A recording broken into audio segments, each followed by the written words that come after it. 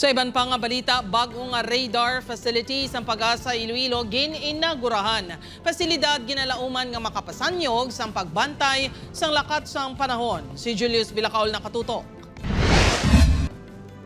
Isa sa flood-prone barangay sa Pavia ang Maliaw.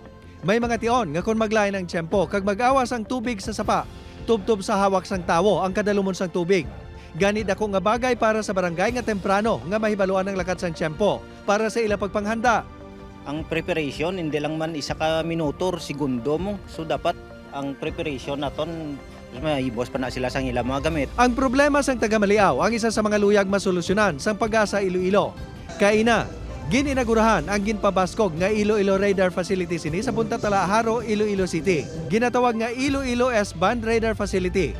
Diri nahamtang ang moderno nga dual polarimetric Doppler radar system. Ang pasilidad ang nagabalor sang 176 million pesos.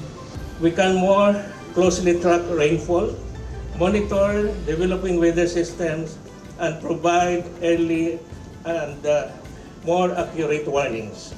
Ang radar system ang makasarang magkuha sang data tubtob sa 480 kilometro sa palibot sini.